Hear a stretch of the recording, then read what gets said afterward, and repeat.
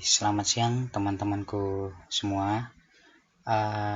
Pada tutorial kali ini gue akan coba ngebahas mengenai distro Linux ya. Bukan hanya dari satu distro Linux, tapi akan banyak nanti distro Linux yang kita bahas di tutorial-tutorial berikutnya. Ini tutorial pertama gue ya. Jadi di sini gue pakai alat seadanya buat nge-record screen ini.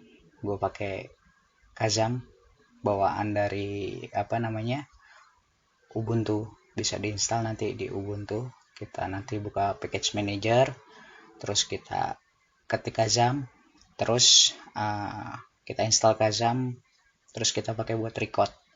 Itu yang pertama. Yang keduanya, ini yang menarik, gue dicoba berbagai macam alat untuk nge-record suara yang bagus, tapi hasilnya semuanya kalau yang dia connect ke laptop, hasilnya pasti ada suara noise-nya gitu, kurang bagus juga suaranya.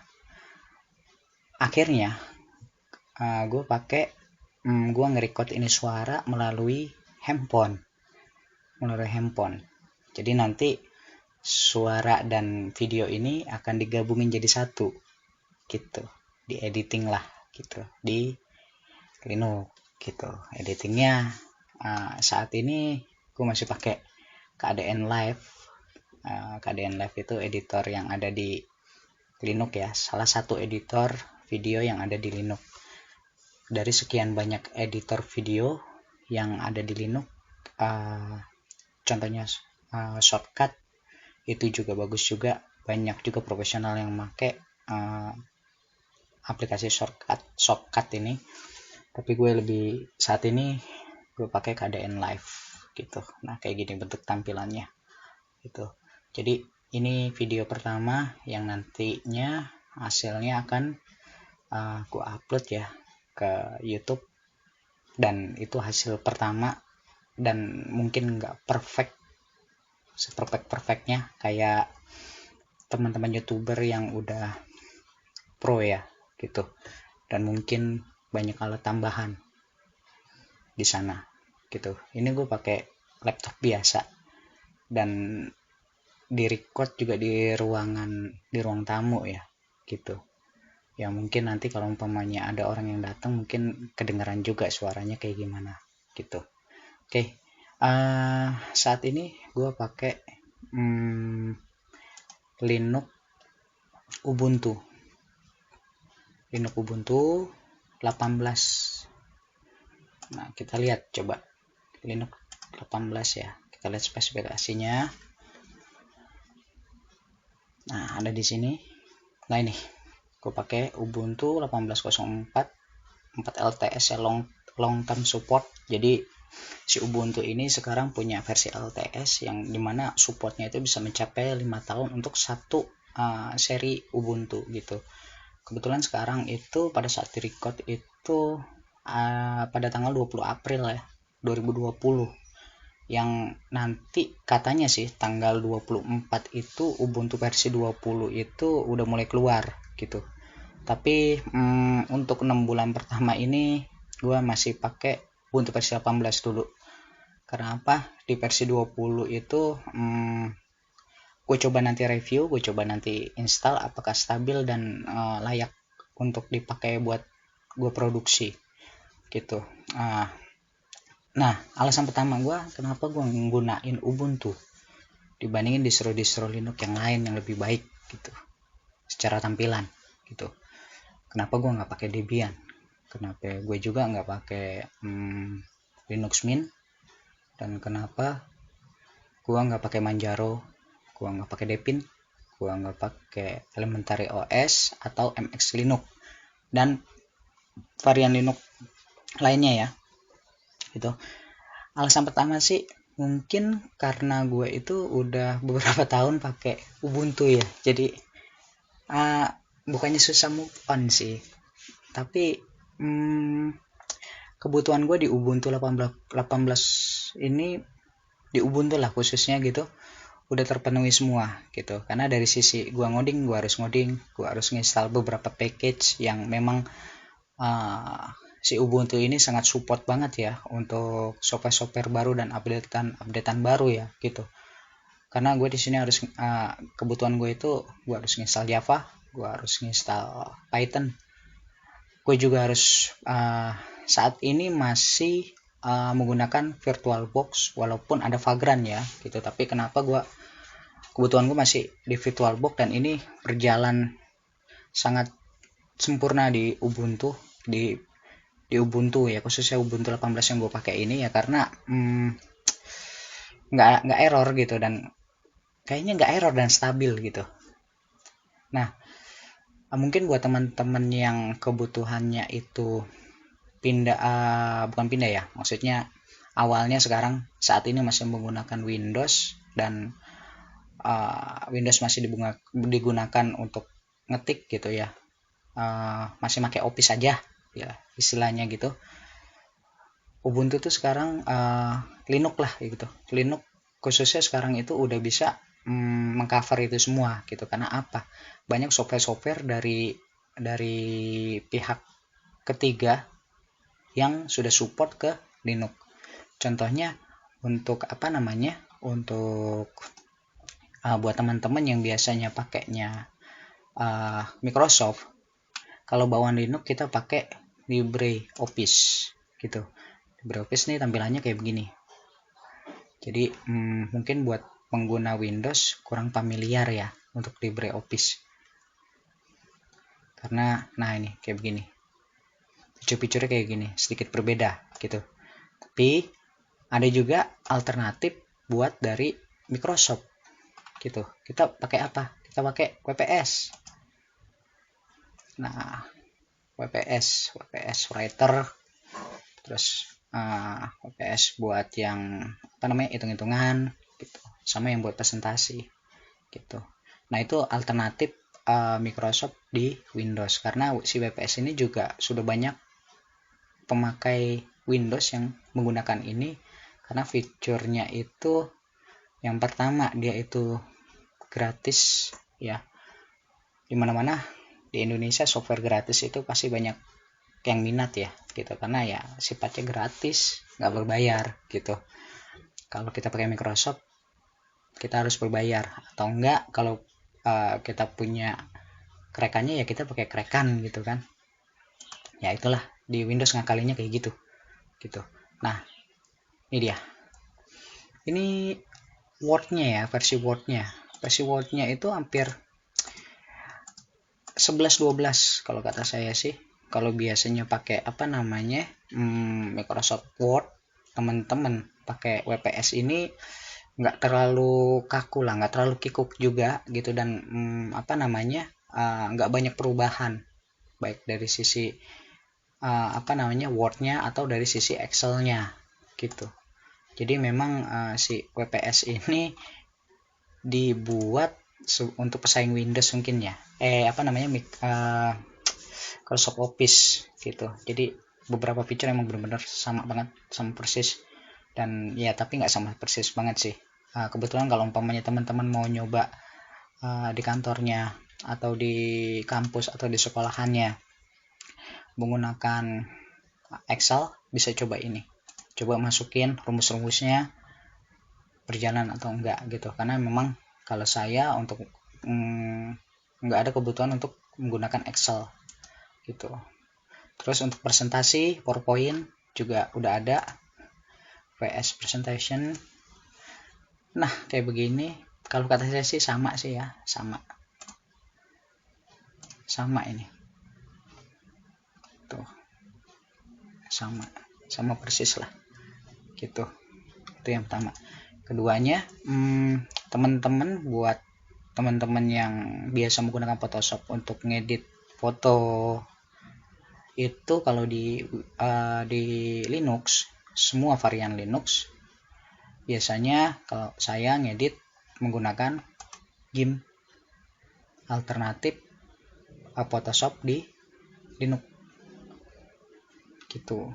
Nah, tools-toolsnya powerful banget powerful, ada semua buat ngekat, buat apa, cut juga bisa pakai pen, bisa custom gitu. Dan teman-teman cuman harus membiasakan menggunakan GIMP. Kalau memang mau mencoba selain dari keluarga Adobe gitu. Terus teman-teman yang pengguna Illustrator ya, Adobe Illustrator ya, kalau di Linux kita menggunakan Inkscape. Ini buat bikin vektornya. Jadi ya kayak begini. Jadi harus membiasakan diri juga untuk memakai Inkscape ini gitu. Kalau teman-teman mau bikin desain vektor, logo atau apapun itu. Terus kemudian kalau untuk player buat teman-teman angkatan 2000 ya, tahun 2000 ya, ini sebagai pengganti WinM. Kalau teman-teman tahu WinM ya, gitu. Jadi di sini itu sebentar. Nah ini tuh sebetulnya bisa disetting kayak bajakannya WinM, tapi bukan WinM. Nah ini nih, WinM Classic Enterprise. Nah tuh nih, ini bisa langsung di setel, diklik, dia nyetel gitu. Tapi karena mungkin saya lebih lebih suka tampilan yang standarnya ya, karena lebar gitu, jadi saya menggunakan template yang standar bawaannya gitu. Terus apalagi ya, banyak banget yang harus di Linux, tapi yang saya suka banget di sini di Ubuntu adalah karena saya itu kalau lagi ngoding biasanya banyak buka tab ya, dan paling males banget kalau misalnya ada kerjaan yang double itu. Di sini kita buka misalnya bikin website A, tapi saya mau sekalian sama buat bikin tutorial gitu. Nah di Ubuntu atau di Linux ini dia itu ada virtual desktop namanya, dan itu mengisolasi program yang berjalan di virtualnya itu sendiri. Contohnya ya, saya pindah ke desktop 2. Nah si desktop 2 ini kita bisa buka Chrome lagi gitu. Nah ini berbeda tampilannya tuh, tampilannya berbeda. Misalnya yang di sini kita buka ke sini, ini beda. Nah ini yang enak, jadi kita bisa multitasking ya di sini. Kita bisa ngerjain beberapa proyekan mungkin ya, beberapa proyekan dengan lingkungan desktop yang berbeda dari desktop 1, 2, 3, 4, 5 gitu. Misalnya saya ngerjain 2 web ya, saya kerjain saya buka editor. Misalnya saya pakai editornya itu Visual Studio Code di sini. Nah, nanti di sininya juga saya akan buka Visual Studio Code dengan ngedit web yang berbeda gitu. Jadi enaknya itu begitu sih sebetulnya di Linux ya. Dia itu kalau buat multitasking sama stabil, dia stabil banget gitu. Nah mungkin buat teman-teman yang sekarang pakai Windows-nya itu masih pakai AMD atau enggak pakai Intel, saat ini kalau untuk AMD Linux itu udah mensupport sampai ke grafisnya, khusus buat yang AMD ya gitu. Ini saya pakainya Intel, tapi saya pakai cardnya Nvidia, jadi GPU-nya pakai Nvidia. Dirilis Ubuntu di 20, Ubuntu 20 ini kan kita pakai Ubuntu 18 ya. Di Ubuntu 20 itu GPU Nvidia itu udah bisa dipakai gitu, udah terbaca gitu. Jadi lebih cepat lagi kayaknya sih, bukan kayaknya, pastinya lebih cepat lagi dan lebih stabil lagi dan lebih enak lagi gitu. Karena saat ini saya pakai yang terinstall ini adalah interface bawaan dari Linux-nya gitu, apa namanya, drivernya tuh driver open source bawaan dari Linux-nya gitu. Di versi 20 nanti untuk NVIDIA sudah support, jadi mereka source code-nya sudah kerjasama dengan Ubuntu untuk bisa dipakai di Ubuntu grafiknya gitu. Dan ini pastinya akan pengaruh nanti di ketika kita mau main game gitu. Nah itu. Terus berikutnya, ketika teman-teman biasanya di Windows itu mau main emulator ya, emulator untuk main game. Nah di sini pun sebetulnya saya pakai Genymotion ya, yang support bisa diinstal di Linux. Ini berjalan dengan baik di Ubuntu 18 gitu. Coba kita lihat aja penampakannya kayak gimana ya di Ubuntu 18 untuk virtualnya, virtual Androidnya. Nah, mungkin nanti saya coba ngasih tutorial gimana caranya nginstal Genymotion ini di Ubuntu gitu. Nah ini karena saya pakai yang gratis, di sini ada watermarknya, free for personal use gitu. Jadi buat teman-teman yang emang nantinya mau nggak ada watermark ini ya bisa gunakan versi pro nya gitu, karena saya gunakan hanya untuk ngetes biasanya, atau enggak buat virtual emulator untuk bikin aplikasi Android ya. Saya butuh ini aja sih, buat view aja gitu. Nah ini kita coba gamenya jalan apa enggak ya gitu.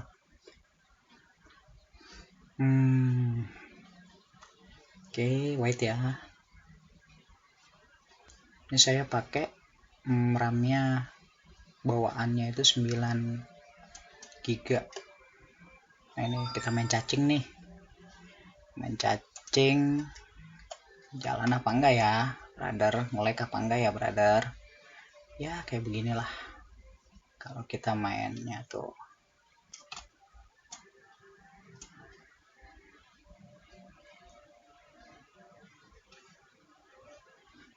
Ini masih belum gunain grafik, belum terinstall grafik GPU nya ya, kita belum install driver grafiknya, karena memang di Ubuntu 18 ada yang bawaan dari NVIDIA, cuman masih belum, kurang stabil gitu. Jadi saya nggak pakai karena jadi si prosesor ini cepat banget cepat panas gitu. Ngerinya kenanya malah ke sistem yang ke hardware-nya. Nah ini review ya, review untuk ternyata di Linux itu juga teman-teman bisa main game Android di sini. Oke ya, close aja dulu Genymotion. Terus dan masih banyak lagi ya nantinya ya, yang mungkin saya akan bahas di sisi pemakaian end usernya aja gitu. Karena kalau saya lebih banyak aplikasi development yang sifatnya itu untuk mendevelop gitu. Jadi saya di sini kenapa masih pakai Ubuntu ya, karena itu dia. Itu yang pertama. Yang keduanya, nggak semua aplikasi development itu punya GUI-nya, jadi harus tetap pakai konsol. Di beberapa ininya harus tetap pakai konsol, karena memang saya suka pakai konsol sih gitu. Jadi nggak ngilangin kemampuan kita untuk main di konsol. layar hitam putih lah gitu istilahnya. Dengan menggunakan Ubuntu ada choice, ada pilihan kita untuk bisa main di konsol gitu. Nah, buat teman-teman yang dari Windows nanti tunggu tutorial saya selanjutnya, yaitu kita akan coba install Manjaro Linux. Itu keren banget Manjaro Linux. Dia itu kalau nginstal tinggal klik-klik aja, keinstall semua, stabil, dan tampilannya bagus banget gitu. Teman-teman bisa berkreasi dengan tampilan desktop teman-teman sendiri. Jika teman-teman suka gayanya, aku pengen nyoba OS Mac kayak gimana, Mac OS gitu tampilannya, itu bisa dibuat di Manjaro gitu, bisa dibuat sama persis gitu. Nanti buat step-stepnya, cara install pertamanya kayak gimana, nyetingnya kayak gimana, tungguin tutorial berikutnya ya. Oke, mungkin cukup sekian tutorial kali ini, opening pertama dari pembahasan distro Linux. Terima kasih.